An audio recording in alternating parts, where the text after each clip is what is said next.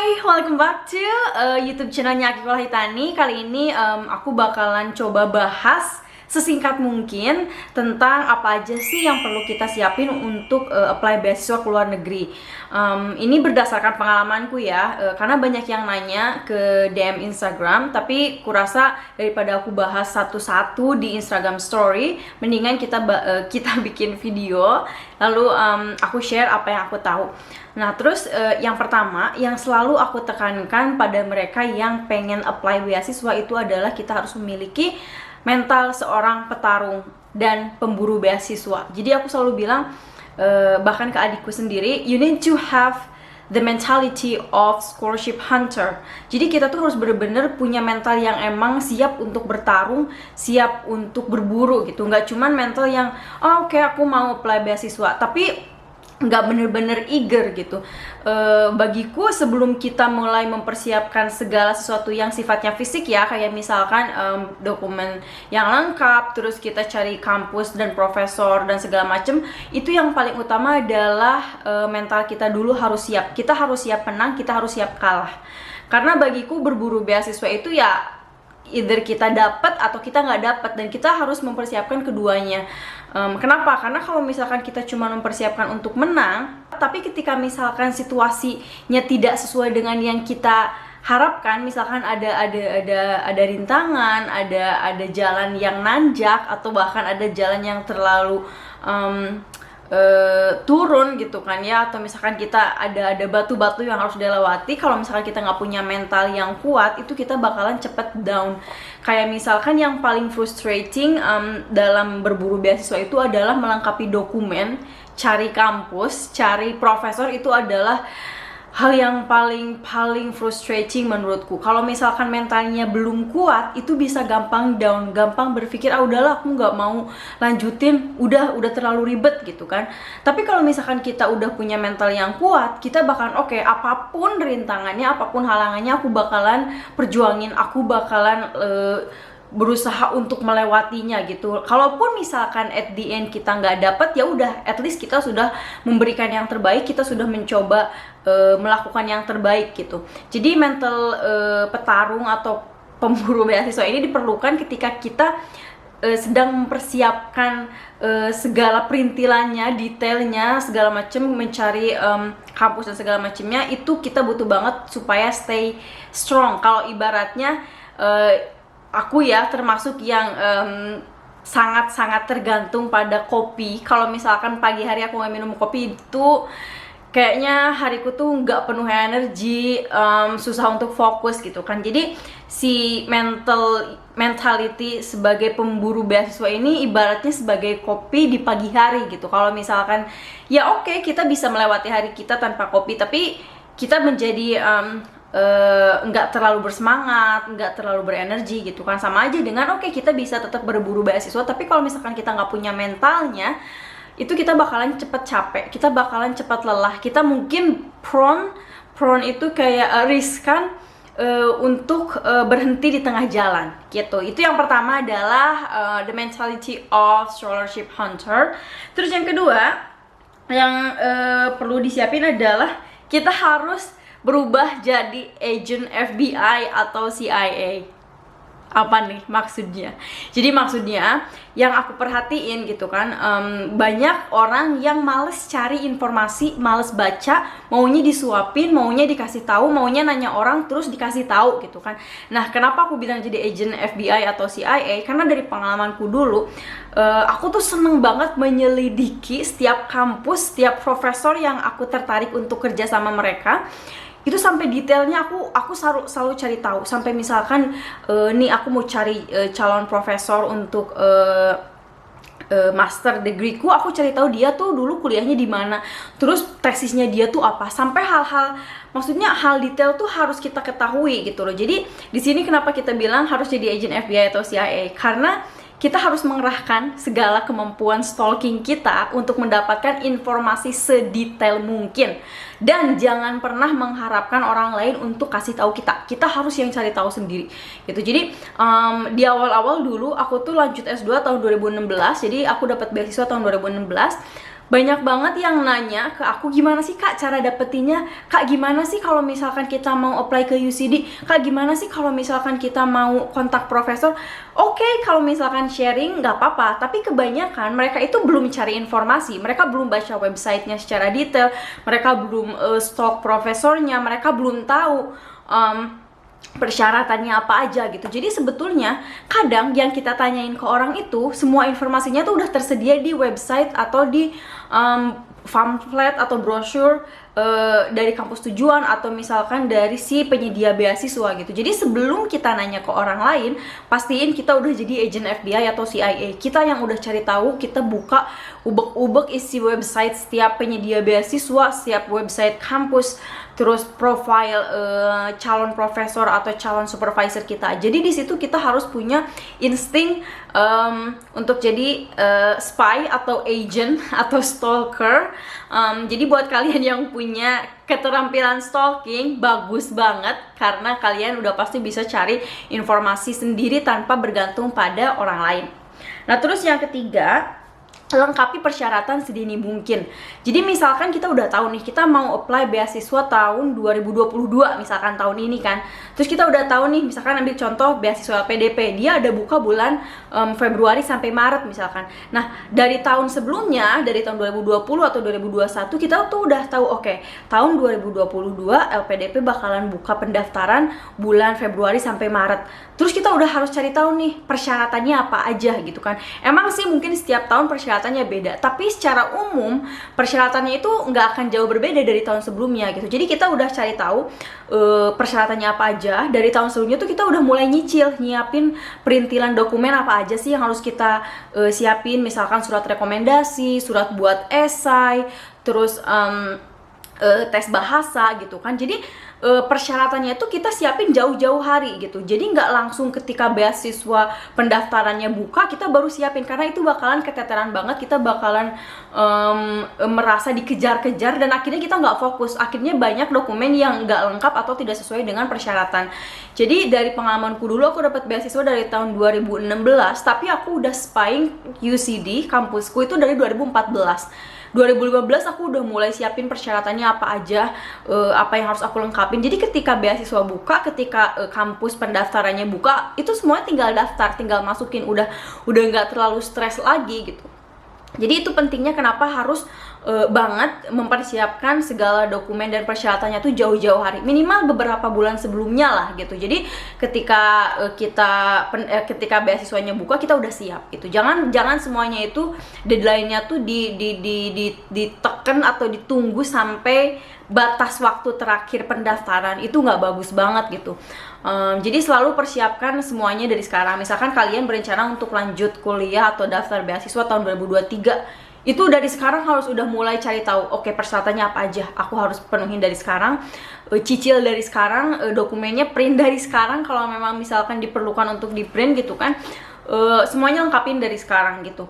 At least 6 bulan sebelumnya lah kita udah mulai nyicil melengkapi dokumen. Oke, selanjutnya nomor 4 adalah cari profesor atau supervisor sebanyak mungkin. Nah, khususnya buat kalian yang pengen lanjut S2 sama S3, itu kalau S3 udah pasti harus selalu ada profesor sama supervisor ya.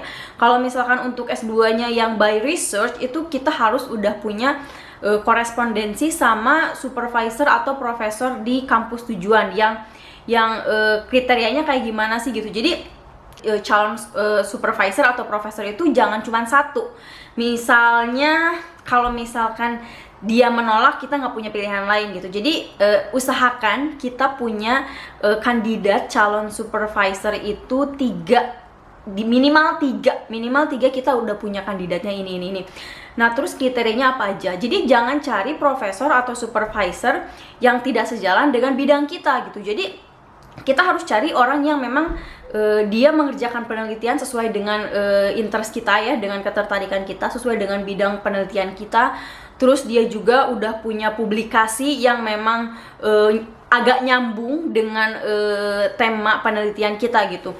Nah terus ketika kita udah tahu oh ada nih beberapa kandidat, itu kita nggak cuman oke namanya ini, kontak emailnya ini gitu kan, nggak, tapi kita harus lihat oh ini dia udah pernah publikasi jurnal apa aja, udah pernah publikasi buku apa aja. At least kita baca jurnal mereka, kita baca buku mereka gitu, nggak mesti baca semua, tapi kita tahu oh dia pernah menerbitkan jurnal judulnya ini, pernah menerbitkan buku judulnya ini gitu. Jadi kita ibaratnya kita mau melamar seseorang, kalau misalkan kita nggak tahu informasi tentang orang tersebut, apa dia bakal nerima gitu? Enggak kan gitu. Jadi sama dengan cari profesor atau supervisor. Jadi kita harus kenal dulu nih sama si calon supervisor kita gitu. Istilahnya kita mau melamar, oke kita cari tahu latar belakang penelitiannya apa, pendidikannya di mana, jurnal atau buku apa yang udah pernah diterbitin, kita baca gitu. Jadi ketika kita nanti kontak mereka, akan melamar mereka, kita tuh udah tahu oh ya Anda misalkan you have a very interesting and you know like impressive journals, atau misalkan bidangnya sesuai dengan kalian, terus kita bilang I've read one of two, or even kalian bisa bilang kita pernah baca semua jurnal Anda gitu kan, dan semuanya menarik gitu, and I find out that your journal is very much aligned with my research field misalkan gitu kan. Jadi kita tuh cari hubungan antara pekerjaannya si calon supervisor kita dalam artian publikasi jurnal dan buku atau bidang penelitian mereka tuh ada hubungannya dengan rencana penelitian kita gitu. Jadi jangan sampai kita hubungi mereka tapi kita ternyata nggak tahu apa-apa tentang mereka gitu. Jadi minimal 3 calon supervisor atau calon profesor yang kita hubungi, dan kita harus tahu mereka udah publikasi jurnal apa aja, dan kita harus baca gitu, temukan apa aja sih yang kiranya berhubungan dengan jurnal kita. Karena kalau misalkan udah seperti itu, mereka tuh oh ternyata ini anak emang beneran pengen kerja sama saya gitu, dan mereka juga udah tahu aku pernah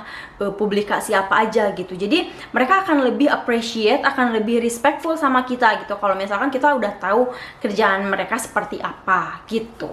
Itu yang dulu aku juga lakuin. Jadi aku tuh ketemu sama profesor di UCD itu tuh dari tahun 2014. Itu aku masih kuliah S1 dan aku keep kontak sama dia tuh sampai tahun 2015. Jadi 2015 aku lulus S1, dia langsung kontak aku, oke kamu udah lulus S1 ya, kamu mau coba daftar tahun ini nggak gitu. Jadi dari aku tuh kontakan sama calon supervisorku tuh 2 tahun sebelum aku kuliah gitu.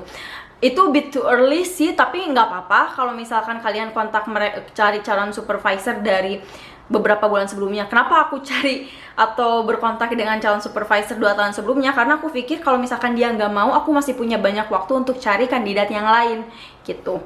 Nah terus yang kelima, ya tadi udah aku jelasin sih, kontak mereka gitu, kontak mereka via email, terus jelaskan rencana penelitian kalian apa, terus kenapa misalkan kita mau kerja sama mereka, misalkan mereka punya punya bidang penelitian yang sesuai dengan interest kita atau minat kita gitu kan.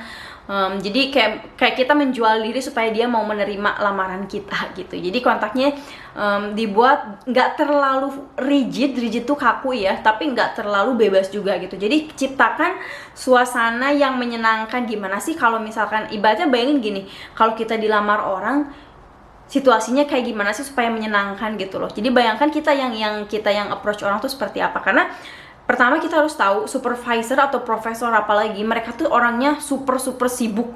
Belum tentu mereka tuh bisa punya waktu untuk baca email kita gitu. Jadi bener-bener harus precise, harus detail banget email kita tuh tentang apa gitu. Karena bisa jadi email kita ke skip terus nggak dibaca sama sekali gitu kan. Makanya pastikan ketika kita kontak mereka, terus tunggu beberapa hari respon mereka. Kalau misalkan dalam waktu 1 atau 2 minggu nggak ada respon, kita coba follow up lagi. Kalau misalkan follow up email nggak juga direspon, kita kasih kesempatan ketiga, kita follow up lagi setelah 3 minggu. Tapi kalau misalkan setelah itu nggak ada balasan juga, berarti dia emang nggak bisa, udah move on. Makanya kenapa aku bilang harus punya kandidat lebih dari 3, terus harus dari jauh-jauh hari. Karena gitu, misalkan kalau nggak dibales atau misalkan nggak direspon, kita punya waktu untuk kontak profesor yang lain gitu. Nah terus selanjutnya nomor 6, belajar bahasa. Jadi banyak orang yang menyepelekan bahasa gitu kan. Mau nggak mau, suka nggak suka, kita tuh harus at least punya keterampilan berbahasa Inggris. Sorry, kursiku kayak goyang-goyang, bukan goyang-goyang, move gini. Oke, anyway. Jadi keterampilan bahasa itu diperlukan banget, mau kita kuliah di dalam negeri atau keluar negeri, biasanya TOEFL atau IELTS itu selalu diminta gitu kan. Apalagi kalau misalkan mau kuliah ke luar negeri. Jadi penting banget kalau misalkan kita udah tahu, oh mau daftar beasiswa 1 tahun lagi, 2 tahun lagi, kita dari sekarang udah mulai belajar bahasa, udah mulai meningkatkan keterampilan bahasa kita gitu. Jadi ketika mendekati waktu untuk pendaftaran, misalkan kita mau tes IELTS atau TOEFL, itu kita udah siap gitu kan. Dulu karena aku persiapan tes IELTS itu dari 2015 juga, 2 kali tes, karena yang pertama aku nilainya cuma 6,0, terus si UCD mintanya minimal 6,5, jadi aku tes 2 kali. Sekarang banyak banget platform yang bisa digunakan untuk belajar bahasa Inggris, nggak perlu kursus. Biasanya kalau misalkan kita actively following YouTuber atau misalkan online teacher yang sering kasih les-les gratis di social media, itu manfaatin. Terus juga banyak buku-buku latihan yang bisa kita belajar sendiri di rumah gitu. Jadi sekarang tuh lebih gampang aksesnya. Dulu tuh aku belum terlalu terekspos sama online teacher, jadi aku harus les di Bandung untuk tes IELTS-ku gitu. Jadi tapi itu pun aku tuh udah maksudnya tes IELTS dengan belajar bahasa Inggris secara general itu berbeda. Aku udah dari SD belajar bahasa Inggris, tapi untuk IELTS aku tetap harus les karena persiapan dan segalanya itu kan tes IELTS beda dengan bahasa Inggris sehari-hari gitu. Jadi harus dipersiapkan bahasanya dari sekarang atau dari jauh-jauh hari. Terus juga kalau misalkan kita mau lanjut ke negara yang bukan berbahasa Inggris, misalkan Jerman, Prancis, Spain gitu kan, the Netherlands, kita harus belajar siapin bahasanya dari sekarang gitu. Meskipun kebanyakan biasanya kalau negara-negara non bahasa Inggris mereka menyediakan kursus bahasa ketika kita udah nyampe, tapi tetap aja kalau memang kita punya waktu dari sekarang, kita persiapin bahasanya dari sekarang. Nah terus yang terakhir yang pengen aku kasih tahu adalah be proactive. Maksudnya jadi kita jangan pasif nunggu informasi, tapi kita tuh harus jadi orang yang haus informasi. Kita terus cari-cari informasi, kita cari informasi ke website kampus secara langsung, terus kita misalkan cari informasi, ngobrol sama orang yang pernah dapetin beasiswa ini, atau kita ngobrol sama orang yang pernah kuliah di tempat ini gitu. Jadi kita harus benar-benar jadi orang yang haus akan informasi, kita proaktif, kita approach orang-orang yang emang bisa bantu kita untuk dapetin informasi gitu. Dalam artian tapi jangan memanfaatkan mereka untuk kasih kalian informasi yang sebetulnya udah ada di website gitu. Jadi kayak misalkan being proaktif ini kita minta tips gimana sih kalau misalkan kita mau interview beasiswa, atau gimana sih kalau misalkan kita mau nulis esai yang precise, yang sharp, yang to the point tapi singkat dan padat gitu kan. Gimana sih kalau misalkan kita mau kontak profesor, emailnya seperti apa gitu kan. Jadi bukan proaktif ini bukan minta informasi, Kak kasih tahu dong persyaratan untuk apply beasiswa LPDP, bukan gitu ya, karena itu tuh udah ada di website. Jadi kita tuh cari informasi, being proaktif ketika memang informasi tersebut tidak ada di website gitu. Alright, itu aja. Mungkin nanti kita bakalan bahas gimana sih caranya kita menentukan atau kita mau tahu jurusan apa yang tepat buat kita, terus milih kampus yang sesuai dengan interest kita gitu. Alright, that's all. Thank you for watching. Semoga bermanfaat videonya. See you in the next video. Bye bye.